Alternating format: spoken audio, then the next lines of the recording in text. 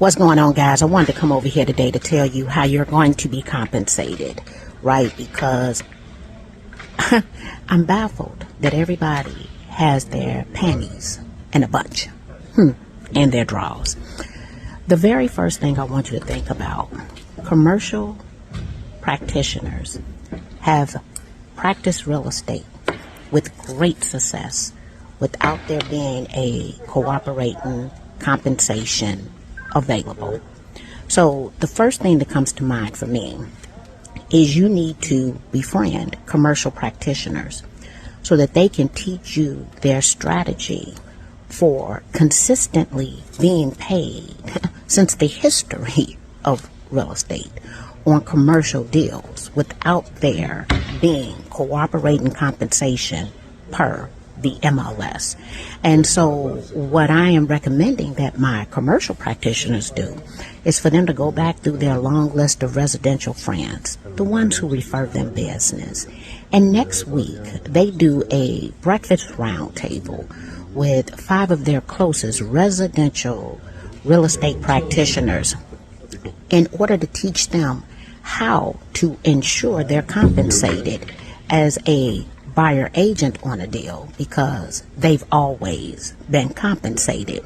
So that would be first and foremost. I don't want residential agents using commercial agents, because right now they got the goods because they got the knowledge.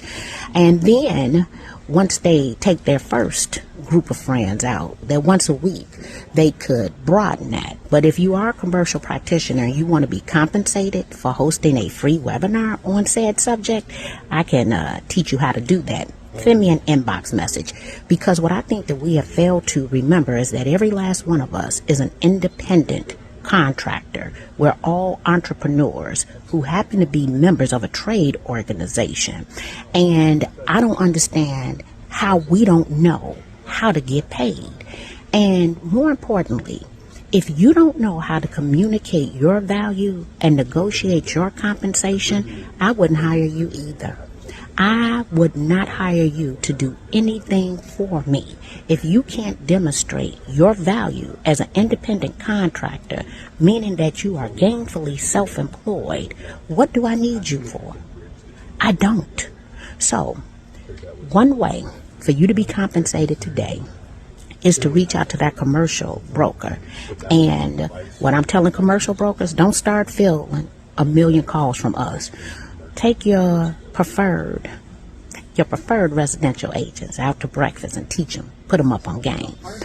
The second opportunity that exists for you to make money is going to be through the National Association of Realtors EAH program, the Employee Assisted Housing Program, where you, a lender, and a nonprofit organization sit down with the Director of Human Resources for different companies in your marketplace and set up a financial program where said employer can give their employees down payment assistance and closing costs. They usually give it as a forgivable grant over time. So that's two ways.